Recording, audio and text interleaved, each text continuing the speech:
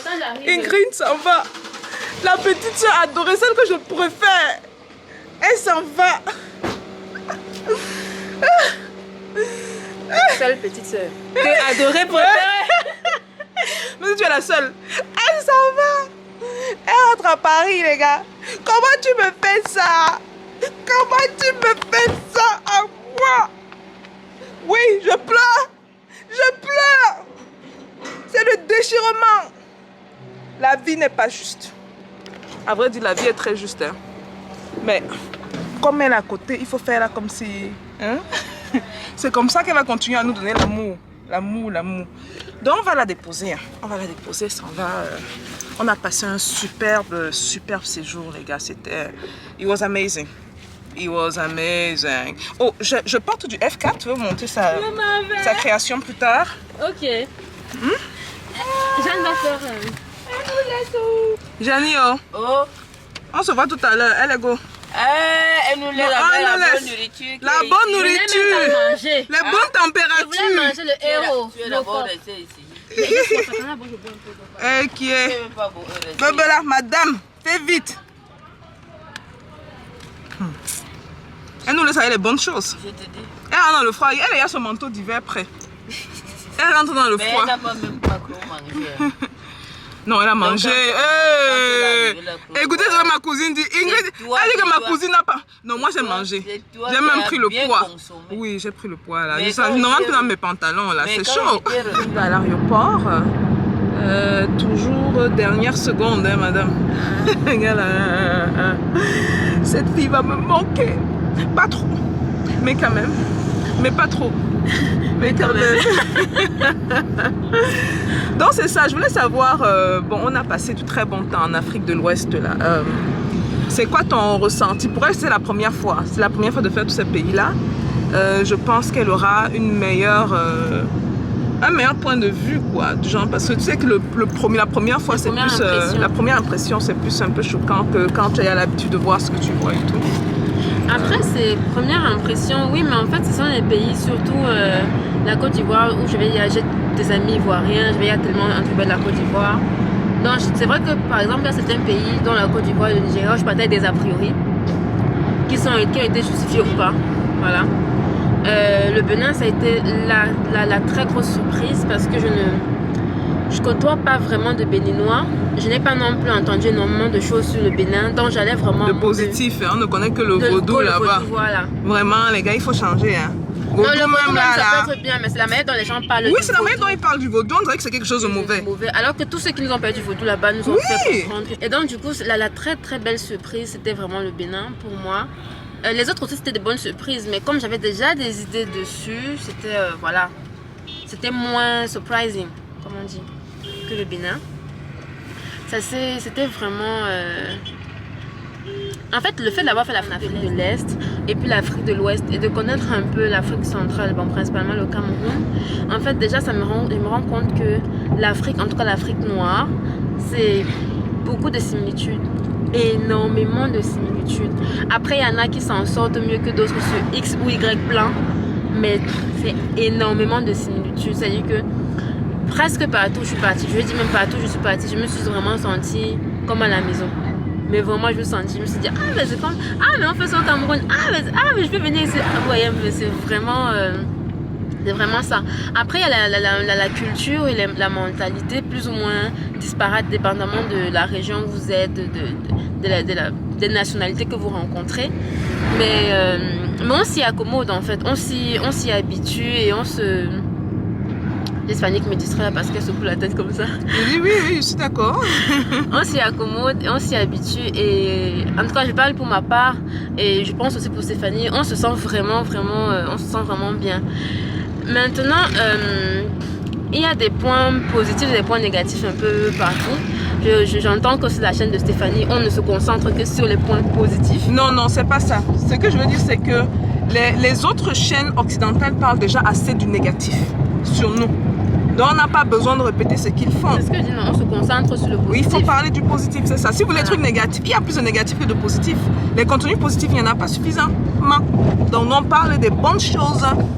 Ouais. Donc, en concernant le positif, donc comme j'ai dit, le fait de se sentir à la maison un peu partout, sachant que de base je suis camerounaise, née grandie au Cameroun, donc voilà. Le fait de se rendre compte que bon, peut-être le fait que tu aies ton accent ou ton truc, les gens te disent que non, au Cameroun, là, Bénin, c'est pareil, on est tous, tu sais, ma soeur, tu es mon frère, vous voyez un peu ce genre de truc. Donc ça c'est cool. Il y a des individus un peu louches partout, mais ceux qu'on a rencontrés, on a eu comme je sais pas, c'est pas si c'est la chance, mais en tout cas on a rencontré que de bonnes personnes. Ouais, nous on a rencontré que de bonnes personnes. Je sais qu'il y en a qui vont dire que non, mais tu sais, mais il y a énormément de bonnes personnes. Même au Cameroun, hein, moi j'ai une anecdote là que je vais raconter sur ma chaîne. D'une personne que j'ai Ta chaîne en passant, elle a finalement créé sa chaîne, les gars. Je vais mettre encore le lien en bas. Allez cliquer. Ceux qui ne sont pas encore abonnés, abonnez-vous. L'anecdote, madame. Non, l'anecdote ce sera sur ma chaîne que je vais raconter. Ah, ok. Mais juste pour dire, pour les Camerounais en tout cas qui nous écoutent, qui ont tendance à diaboliser le Cameroun, eh ben non, il ne faut pas diaboliser. Pour revenir sur l'Afrique de l'Ouest, franchement, c'était une très belle expérience. On a rencontré des personnes qui nous ont ouvert les voies, mais ils nous ont ouvert leur cœur, ils nous ont ouvert les voies. C'était agréable en fait. C'était vraiment agréable de découvrir autre chose, de se rendre compte que ça ouvre aussi l'esprit.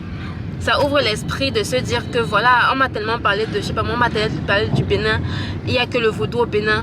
Et en fait, de me rendre compte que non, par exemple, le fait que le serpent là, sur le signe de la pharmacie du serpent là, le monsieur du python, le monsieur nous fait rendre le python qui est un animal sacré dans le vaudou, le monsieur nous fait nous rendre compte que mais c'est pour ça que les pharmaciens utilisent le signe du python sur l'emblème de la pharmacie. C'est à partir de ça, vous voyez, c'est ce genre de... Ça vient du vaudou, hein, les gars. Le signe de toute la pharmacie, là on se dit que mais ça sort d'où, c'est quoi? On ne se rend même pas forcément compte. On ne se rend pas compte. Parce qu'on est né dans ça, on ne se pose pas les bonnes questions. On ne se pose même pas les questions. On ne se pose pas les bonnes questions. Donc en fait ça ouvre l'esprit de ne pas seulement se contenter à on m'a dit.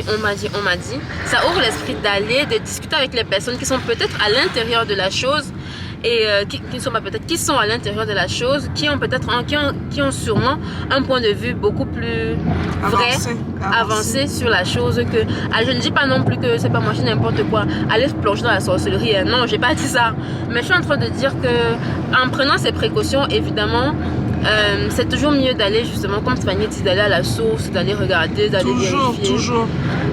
Et moi j'ai appris tellement de choses sur mon intérêt personnel, sur les tissus, sur tout ce qui est habillement. L'Afrique de l'Ouest est connue.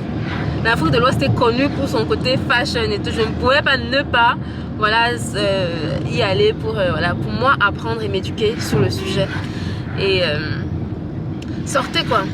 Prenez vos passeports et sortez. C'est tout ce que je peux dire. Sortez, prenez vos passeports et sortez. Bon, je vais rebondir sur un truc qu'elle a dit de très important. Dans la plupart des pays où on allait, et c'est ce qui est intéressant, tu as remarqué que dans la plupart des pays, il y a beaucoup de suspicions des gens du pays envers leurs propres compatriotes. Au Nigeria, ils sont suspicieux envers eux-mêmes. Au Bénin, ils sont suspicieux envers eux-mêmes. Au Cameroun, on est suspicieux envers nous-mêmes. En Mozambique, bon, je suis pas, non, je suis pas là avec. Bon, on va faire d'autres pays plus tard, ça c'est sûr. Comme je vous ai déjà fait une dizaine de pays en Afrique, pratiquement 20 pays, c'est beaucoup, hein, pratiquement 20 pays en Afrique. Au fil du temps, je vais vous amener avec moi, mais vous allez vous rendre compte qu'il y a vraiment ce gros travail qu'on doit faire sur nous, Africains, les gars, je vous promets. Je pense que la colonisation a fait tellement de dégâts qu'on doit se réapproprier notre histoire. Et le plus de pays vous allez faire, le plus vous allez vous rendre compte qu'en fait, il y a tellement de personnes bonnes. Il y a plus de personnes bonnes que de personnes négatives. Mais pour certaines raisons, on va mettre l'emphase sur le 10% ou le 11% de négatifs. Mon ami, il y a 89% qui sont bons. Tu les mets où? Pourquoi tu te concentres sur des trucs négatifs? Ça me fait même penser à une vidéo que j'ai vue récemment du monsieur qui a la chaîne Afrodidacte. Et je sais que s'il suit cette chaîne, il sera surpris de savoir que je suis sa chaîne. Toute sa chaîne, ça fait très longtemps. Bon, comme la plupart des youtubeurs, je ne suis pas d'accord sur plusieurs points, mais il y a d'autres points sur lesquels on se rejoint. Ça, c'est normal. Il a sorti une vidéo récente où il parlait du fait que il faut qu'on arrête de dire que l'ennemi du noir, c'est le noir. C'est pas vrai. C'est pas vrai, les gars. La matière appelle. J'ai beaucoup aimé ce qu'il expliquait parce qu'on a tendance à nous diaboliser, les gars. Il faut qu'on arrête. Il faut qu'on arrête. L'ennemi du noir, ce n'est pas le noir. L'ennemi de l'homme, c'est l'homme. Et je pense que je vais balancer une partie de la vidéo de mon frère. J'ai oublié son prénom. C'est William ou Willy, quelque chose, de Afrodidacte. j'apprécie quand même assez, il fait un contenu de qualité que j'aime bien, que j'apprécie. Comme je l'ai dit, on n'est pas d'accord sur tous les points, mais on n'a pas besoin de l'être, ok, pour s'entendre, parce qu'on est africain, on est noir, on doit développer une vision commune où c'est notre communauté qui doit en bénéficier. Mais je veux balancer là une partie de la vidéo que j'ai appréciée, et s'il voit cette vidéo-ci, s'il te plaît, ne signale pas ma vidéo, hein, parce qu'on a l'opportunité de signaler les vidéos si les gens prennent les contenus de nos vidéos et mettent dans notre vidéo. Bon, je vais balancer ça à la présente. Comme je disais il y a quelques secondes, il y a cette fameuse expression du l'ennemi de l'homme noir, c'est l'homme noir. On a une grande facilité à utiliser cette expression-là. Et croyez-moi, je l'ai entendu à la fois des personnes pas forcément très futées et aux personnes très aguerries, très intelligentes, très perspicaces en fait. Donc c'est pour dire une chose, c'est que ce n'est pas une expression qui est utilisée par les plus idiots. C'est une expression qu'on croit juste pour pouvoir essayer de dénoncer quelque chose dans la communauté. Mais ce que ça fait au final, c'est que ça nous dévalorise en réalité. Quand on dit que l'ennemi de l'homme noir, c'est l'homme noir, ce qu'on sous-entend par là, c'est qu'en fait, dans les autres communautés, leurs propres ennemis, ce n'est pas eux. Et c'est justement dans cette vidéo ce que je vais essayer de souligner clairement. Et je vais vous dire une chose, mon point de vue, ce serait qu'on éradique, je dis bien qu'on éradique totalement cette expression de notre vocabulaire. Parce que comme je l'ai déjà dit, ça ne nous valorise pas. Quand on dit généralement que black on black crime, vous savez bien aux États-Unis, dès lors qu'un noir tue un autre noir, on en fait les grands journaux, on le dit sur tous les toits, comme si c'était quelque chose d'exceptionnel en fait. Vous savez, en criminologie, il y a ce qu'on appelle le crime intracommunautaire. C'est-à-dire que la majorité des crimes subis par une personne d'une communauté est commise par une personne de cette même communauté. La majorité des gens qui sont arabes sont généralement tués par des gens qui sont arabes. La majorité des crimes subis par des blancs sont commis par des personnes blanches. La majorité, etc. Bon, je peux faire la liste jusqu'à la fin, vous m'avez compris. Ce que j'essaie de faire comprendre ici, c'est que je vais vous donner plusieurs exemples pour vous expliquer en quoi cette expression-là n'a aucun sens. Quand on dit que l'ennemi de l'homme noir, c'est l'homme noir, on sous-entend quoi? C'est que par exemple, chez les Blancs, la majorité de leurs ennemis, ce n'est pas eux-mêmes, c'est souvent les autres. Ce qui est faux. On ne peut plus compter aujourd'hui combien de conflits il y a eu lieu entre la France et l'Angleterre, la France et l'Allemagne et plein d'autres pays aux alentours. Il ne faut pas oublier une chose, c'est que lorsque la France était envahie lors de la Seconde Guerre mondiale, il y a eu plein de personnes qui ont collaboré contre leur propre peuple, c'est ce qu'on appelle généralement les collaborateurs, notamment même celui qui dirigeait la France à l'époque, c'est-à-dire le maréchal Pétain, qui a collaboré facilement avec Hitler. Et il y a plein de Français, croyez-moi, qui ont collaboré. Quand vous lisez les livres historiques sur le cas de la France, c'est étonnant combien de personnes ont trahi les leurs.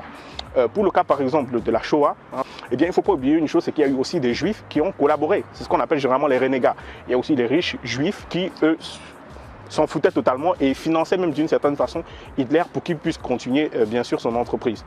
Si on veut prendre par exemple encore une fois pour le cas de l'Europe, et je vais m'arrêter là-dessus, en Europe, il y a eu ce qu'on appelle les peuples slaves. Le mot esclavage vient des peuples slaves, ce qu'on appelle aujourd'hui la Slovaquie, la Slovénie et même la Russie. Une bonne partie des Russes sont des slaves. Et c'est justement cette vision-là que les Russes avaient, ce qu'on appelle le panslavisme, c'est-à-dire unir les peuples slaves. Où je vais en venir?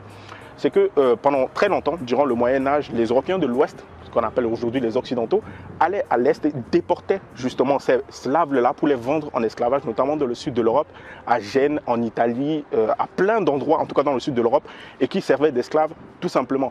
Donc, jusqu'aujourd'hui, vous avez comme une forme de conflit constant entre les Européens de l'Est et les Européens de l'Ouest, parce qu'il y a comme une forme de rancune comme ça qui a perduré durant les siècles et qui n'est pas dit, mais qui en fait est intrinsèque dans la culture de chacun. C'est pas pour rien que la Russie n'a pas spécialement un amour profond pour les Occidentaux. Ça se repose aussi là-dessus, sur le mépris que les Européens de l'Ouest avaient contre les Slaves. Notamment quand vous regardez même la fameuse série Vikings, vous remarquez que les Nordiques d'ailleurs, les Vikings, allaient à l'est, vers la Russie, massacrer, commettre ce qu'on appelle les raids et tuer des gens, déporter des esclaves pour pouvoir les utiliser comme travailleurs tout simplement à la maison. D'autres Européens de l'Ouest, en entendant par là les Francs ou encore les Germains, allaient déporter les gens pour pouvoir les utiliser en esclavage. Où je vais en venir avec toute cette explication que je détaille ici, c'est tout simplement que la plupart des crimes subis par les Blancs au cours de l'histoire ont été commis par d'autres Blancs. Et je vais même aller beaucoup plus loin. Prenons le cas même des Amérindiens qui ont été envahis par les Européens, notamment, vous savez très bien, on ne va pas rentrer dans les détails. Il ne faut pas oublier une chose, c'est qu'il y a bon nombre d'Amérindiens qui ont collaboré, mais ça ne fait pas d'eux, bien sûr, leur propre bourreau, bien sûr. Mais en Amérique du Sud, il y a ce qu'on appelle la Malinche ou la Doña Marina. Il s'agit en fait d'une Amérindienne qui était la concubine de Cortés, qui était un colon espagnol, et qui a énormément collaboré avec les conquistadors espagnols. C'est-à-dire qu'elle les a aidés, expliquer quelles sont les nuances culturelles. Il faut savoir que ça, c'est très important. Quand vous voulez diviser un peuple, vous devez savoir quelles sont les dissensions, qu'est-ce qui les déstabilise, etc. Donc, elle a apporté énormément d'informations et il y a bien nombre de personnes aussi qui étaient avec elle et qui ont apporté des informations pour pouvoir déstabiliser leur propre peuple. Où je veux en venir, c'est qu'après toutes les explications que je viens de vous apporter ici, vous vous rendez compte d'une chose qui est assez évidente. C'est que lors de l'envahissement d'un peuple, lors de la colonisation d'un peuple, il y a différents types de personnes. Il y a des personnes qui collaborent directement, il y a des personnes qui résistent jusqu'à ce que, bon, on leur dit si tu collabores pas, on te tue. Et là, ils commencent à collaborer. Et puis, vous avez des résistants jusqu'à la mort, comme ce fut par exemple le cas des Haïtiens qui se sont battus pour avoir leur propre indépendance, etc. Mais vous avez comme ça, dans tous les peuples, des gens qui collaborent. Vous avez toujours des gens, tous les peuples qui se battent contre eux-mêmes. Et c'est normal, c'est humain. La réalité, c'est que quand il s'agit de la communauté noire, on fait comme si c'était quelque chose d'exceptionnel. J'ai rarement entendu un blanc dire que l'ennemi de l'homme blanc, c'est l'homme blanc. Pourtant, il s'agit d'un fait. C'est ce qu'on appelle un crime intracommunautaire. Voilà, donc c'était important pour moi, pour vous, de voir, d'entendre ça, parce que très souvent et trop souvent, je pense qu'on a une grosse carence. On n'est pas bon en géopolitique et en géostratégie. Hein. On va souvent dire certains trucs pour attirer les gens, parce qu'on veut beaucoup de vues sur nos vidéos, mais on ne se rend pas compte de l'importance de bien choisir ses mots. Et de l'importance, surtout quand on devient des influenceurs, de l'importance de bien parler à notre communauté. Parce que les mauvaises choses, je vous promets qu'il y a tellement de contenu négatif sur les Africains dehors, sur les Noirs dehors, les gars. Ne soyons pas juste une parmi d'autres chaînes qui insultent les Africains, qui disent qu'on est des traîtres, on est de ceci. Des traîtres, on en a vu dans toutes les communautés. C'est juste eux, ils ne mettent pas l'emphase. Même aux États-Unis où je vis, là, il y en avait, il y en a toujours aujourd'hui. Donc ce n'est pas quelque chose propre au noir, que le noir est mauvais. Le noir n'est pas mauvais. Le noir est bon de nature. Et ça, il faut avoir voyagé dans plusieurs pays en Afrique. Je ne vous parle pas de 3 ou 4 pays en Afrique. Hein. Il faut avoir voyagé dans une dizaine de pays en Afrique pour voir cette bonté dans le cœur du noir. Le noir est bon. Le noir est chaleureux. Ça, c'est le noir. Mais il faut encore qu'on se le rappelle parce que trop souvent, on va se concentrer sur le 10% ou le 11% qui est négatif et on va dire que voilà, c'est la généralité alors que c'est pas ça, c'est pas le cas. Donc par rapport à notre voyage en Afrique de l'Ouest, je pense que Ingrid quand même a fait un assez bon résumé.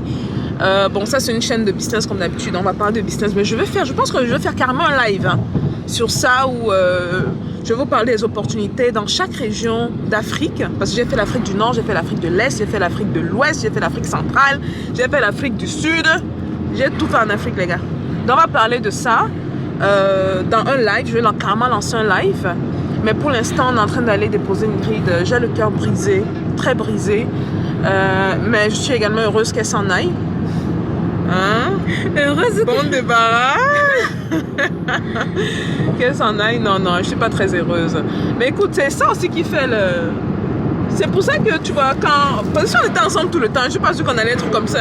On allait sûrement s'arracher les cheveux tout le temps, quoi. Le fait qu'elle parte, on se voit peut-être 2 ou 3 fois par an, du genre. Dans les rares mois qu'on passe ensemble, on en profite à fond, quoi. Comme quoi la rareté n'a pas de prix. Moins vous voyez quelqu'un, moins vous avez accès à une chose, plus ça a de valeur à vos yeux, quoi. Donc voilà, c'est une vidéo quand même assez rapide. Bon, les gars, je vous aime. Restez positifs. Vous êtes beaux, vous êtes bons, vous êtes forts, vous êtes capables, vous êtes à la base de la civilisation. Vous êtes tolérants. Les blacks là, les noirs, je vous promets. Nous sommes exceptionnels. Et il n'y a rien de mal à avouer que nous sommes exceptionnels. Voilà. Peace out les gars. Ah ok, bon ça.